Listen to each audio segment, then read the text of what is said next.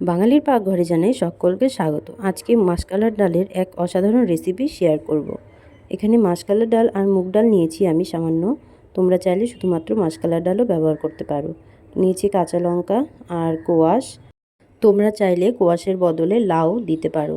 আর দিয়ে দেব কাঁঠালের বিচি। কাঁঠালের বিচিগুলো এরকমভাবে ছুলে নেব। এই রান্নাটিতে কাঁঠালের বিচিটাই কিন্তু আসল স্বাদ বাড়ায়। তোমরা এটা কিন্তু অবশ্যই ব্যবহার করবে। প্রথমে কড়াইতে সামান্য সরষের তেল দিয়ে ডালগুলোকে ভালো করে ভেজে নেব। ডালগুলো বেশ লাল লাল করে ভেজে নিতে হবে, এতে কিন্তু ডালের গন্ধটা আরও বেড়ে যায়। এরকমভাবে ডালটা ভালো করে লাল লাল করে ভেজে নেব। এরপর সামান্য জল দিয়ে ভালো করে ডালটা ধুয়ে নেব। আমি এখানে ডালটা ধুয়ে নিয়েছি। এবার প্রেসার কুকারে 2 গ্লাসের মতো জল দিয়ে দিচ্ছি কাঁচা লঙ্কা আর পরিমাণ অনুযায়ী লবণ দিয়ে ভালো করে 2 থেকে 3টা সিটি দিয়ে নিতে হবে। এবার প্রেসারের ঢাকনা খুলে একবার ডাল কাটা দিয়ে ভালো করে ঘেঁটে নেব। ডাল কিন্তু প্রায় 70% মতো সেদ্ধ করে নিতে হবে।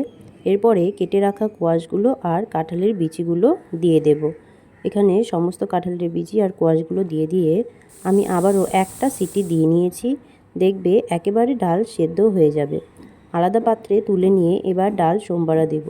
কড়াইতে সামান্য সরষের তেল দিয়ে দিচ্ছি 2টো তেজপাতা, শুকনো লঙ্কা ভালো করে লাল লাল করে নিয়ে এরপরে দিয়ে দেব 1 চা চামচ সাদা জিরে। এরপরে দিয়ে দেব আদা কুচি দিয়ে ভালো করে নেড়ে চেড়ে নিব।